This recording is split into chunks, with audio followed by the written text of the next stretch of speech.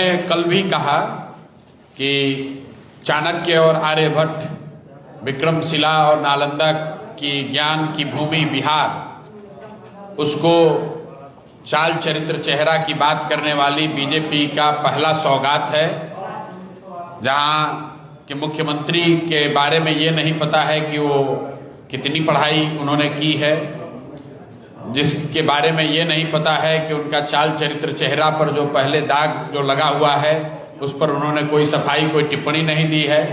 लेकिन ये नई भाजपा है और इस भाजपा में ऐसे ही लोगों की चलती है और उन्होंने बिहार पर एक नया चेहरा थोपा है। आज वो आज शायद शपथ ले रहे हैं, खुद ले लिया। तो मुझे जो जानकारी है, भाजपा के स्वयं लोग नहीं आए थे आज। पूरे राज्य, पूरे देश के भाजपा का शायद ही कोई बड़ा लीडर आज आया है। कोई भाजपा का मुख्यमंत्री, उप मुख्यमंत्री दूसरे राज्य से भी नहीं आया है। तो एक दिखाता है कि जैसे 202 का मैंडेट पिछले दरवाजे से लिया गया था, उसी तरीके से सम्राट चौधरी को भी पिछले दरवाजे से भाजपा वालों ने मुख्यमंत्री बनाया है, क्योंकि उनको मालूम है कि सम्राट चौधरी के नाम पर चुनाव नहीं हुआ है, चुनाव तो नीतीश कुमार के नाम पर हुआ और कहीं ना कहीं बिहार के लोगों के साथ धोखा हुआ। अगर नीतीश कुमार जी को 6 महीने के बाद हटाना ही था तो जनता को ये पहले बताना चाहिए था कि भाई नीतीश जी 6 महीने के बाद नहीं रहेंगे। तब तो आपने कहा 25 से 30 फिर से नीतीश, और वोट लेने के बाद आप किसी दूसरे व्यक्ति को बना रहे हैं। तो लोकतंत्र का तो तकाजा यही है कि उनको फिर से मैंडेट लेना चाहिए, लेकिन ये तो कभी होगा नहीं। खैर, वो शुरुआत कर रहे हैं। आने वाले समय में अब बिहार की जनता देखेगी कि वो कितना अच्छा काम करते हैं। हम लोग ये विश्वास है हम लोगों का कि बड़ी बड़ी जो बातें एनडीए ने करी है, 1 करोड़ नौकरी की, पलायन को रोकने की, हर प्रखंड में अच्छे विद्यालय बनाने की, ये सारी बातों को अब ये पूरा करें, वो अच्छा करें, बिहार की तरक्की हो। लेकिन जिस तरीके से सरकार बन रही है वो ना लोकतांत्रिक है, ना मर्यादा के अधीन है। अब लेकिन अभी जिसकी लाठी उसकी भैंस वाली बात है। दिल्ली में उनकी सरकार है, जैसे चाहे पैसा बांट के वोट ले लिया। अब चुने हुए मुख्यमंत्री को हटाकर अपने किसी व्यक्ति को बना लिया। यही तरीका है, इसी में रहना है। मेरे भाई, शराबबंदी का जो फर्जी कानून है उसको हटना चाहिए। ये बात सबसे पहले साफगोई से अगर किसी ने कहा है तो वो जनसुराज ने कहा है। उसकी वजह भी बताई है कि क्यों शराबबंदी हटना चाहिए, क्योंकि शराबबंदी तो बिहार में लागू है नहीं। तो अगर आपका ये सवाल है कि क्या फर्जी शराबबंदी के कानून में कुछ फेरबदल होगा, शायद हो, क्योंकि जनता का पैसा बांटकर वोट खरीद लिया और सरकार का खजाना खाली हो गया। अभी तो लोग मुझे बता रहे हैं कि कई जिलों में आधे से ज्यादा सरकारी कर्मचारियों को सैलरी तक नहीं मिली है, वेतन तक नहीं मिला है। तो अगर आप पैसे से, जनता के पैसे से, सरकार के पैसे से वोट खरीदेंगे तो बाकी ये समस्या तो आएगी ही आएगी।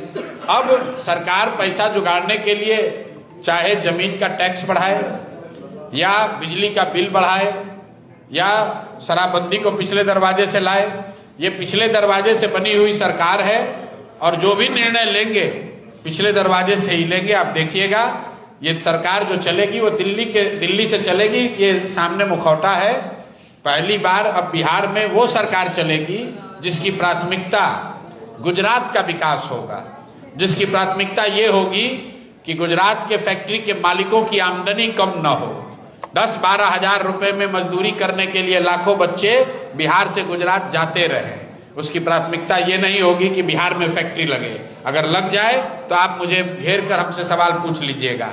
आने वाले 3-4 वर्षों में बिहार से आप देखिएगा गुजरात में और माइग्रेशन, पलायन और बढ़ेगा, क्योंकि इस सरकार का जो रिमोट कंट्रोल है वो अमित शाह के पास है, मोदी जी के पास है, जिनकी प्राथमिकता ये है कि गुजरात चमके, गुजरात का विकास हो, गुजरात के लोग फैक्ट्रियों के मालिक बने। तो हमने जो गलती की है, जो बिहार के लोगों से गलती हुई है वोट देते समय, उसका परिणाम ये होगा कि 26 MP वाला राज्य गुजरात, वो लोग फैक्ट्री में मालिक बनकर रहेंगे और 40 MP वाला राज्य बिहार, यहाँ के लाखों बच्चे उन फैक्ट्रियों में मजदूरी करेंगे। ये हमारी और आपके बच्चों की नियति है, क्योंकि हम लोगों ने उसी के लिए वोट दिया है। शपथ ग्रहण में कुछ शब्द जो है सम्राट चौधरी पढ़ नहीं पाए। अब भाई ऐसा है, हम तो यहाँ बैठक में थे, हमने देखा नहीं कि शपथ ग्रहण में क्या हुआ, लेकिन सम्राट चौधरी जी अब मुख्यमंत्री बन गए हैं तो कम से कम अब उनको ये बता देना चाहिए कि वो 10वां पास किए हैं कि नहीं किए हैं, और किए हैं तो किस साल किए हैं। कम से कम अब तो बता दो भाई, अब तो आप राज्य के मुखिया बन गए तो ये तो बता दो भाई 10वां क्लास किस समय पास किए, और नहीं किए तो कोई बात नहीं, बता दीजिए कि नहीं किए हैं, गलती हो गई। बात पढ़ाई की नहीं है, बात चरित्र की है। बहुत बड़े बड़े नेता हुए हैं, कामराज है वो, उनकी कोई स्कूली शिक्षा नहीं थी, लेकिन इस बात गलती फर्जी सर्टिफिकेट लगाना, ये दावा करना जो आप नहीं हैं वो गलत है। अगर आप कोई सिपाही का एग्जाम देंगे, उसमें अपने शिक्षा का कोई गलत प्रमाण पत्र लगा दें या दावा कर दें, आपको नौकरी से बर्खास्त कर दिया जाएगा। लेकिन इस राज्य का मुखिया वो कह रहा है हमने डिलीट किया है अमेरिका के किसी यूनिवर्सिटी से, लेकिन वो ये नहीं बताना चाहता है कि वो 10वीं पास कब किया। तो सब यहाँ बिहार के प्रकांड पढ़े लिखे विद्वान लोग हैं, वो तय कर लें, और बात उसकी नहीं है। खैर अब 7वीं पढ़े हो 9 पढ़े हो, उन्होंने अपने एफिडेविट में जो लिखा वही बात प्रेस में चल रही है। अब उनको क्लियर करना चाहिए, नहीं भी करें तो अल्टीमेटली सरस्वती की कृपा आप पर अगर नहीं है तो कुछ भी दावा कर लीजिए, काम कीजिएगा तो दिखेगा ही।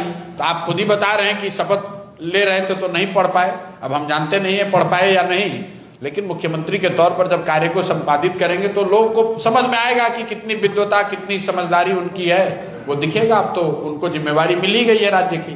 तेजस्वी ने कहा है कि कम से कम 9वीं पास तो हम हैं। अब वो तेजस्वी और उनमें मामला है कि कौन ज्यादा पढ़ा है और कौन कम पढ़ा है। हम लोग के लिए तो ये विषय है कि भाई कितना पढ़े हो नहीं पढ़े हो कम से कम बता दो। अब वो विषय तेजस्वी और सम्राट जी में है कि कौन ज्यादा पढ़ा है कौन कम पढ़ा है, हम लोग के लिए वो विषय नहीं। सर, चुनाव पूर्व जनसुराज ने सम्राट चौधरी पे लगे आपराधिक मामले पूर्व से भी, चाहे उम्र का हो चाहे वो अन्य किसी अन्य, क्या उस मुद्दे को जनसुराज फिर से उठाई? बिल्कुल, फिर से उठाने की बात नहीं है। हमने जिस मुद्दे को उठाया है कहीं हमने मीडिया से डिलीट तो किया नहीं है। जनसुराज के आधिकारिक पेज पे अभी भी वो है, फिर से दोहरा देता हूं, इसमें कोई दिक्कत तो है नहीं। भाई ऐसा है कि सम्राट चौधरी जी ने खुद अपने इंटरव्यू में माना है, जो प्रमाण जनता के सामने है, कि जो 6 लोगों की हत्या हुई थी उसमें वो अभियुक्त थे, जेल में थे, और उसके बाद नाबालिग होने की वजह से उनको जेल से शायद राहत मिली। उसी केस का हवाला देकर जब उनको लालू जी के मंत्रिमंडल में मंत्री बनाया गया तो लोगों ने ये कहा कि ये तो नाबालिग हैं, इनकी उम्र कम है, इसलिए इनको ये मंत्री बन नहीं सकते हैं। सुप्रीम कोर्ट ने फैसला दिया, इनको मंत्री पद से इस्तीफा देना पड़ा। फिर जब आगे इन्होंने चुनाव लड़ा तो अपनी एफिडेविट में अपने आप को दूसरे उम्र का बताया, बालिग बताया।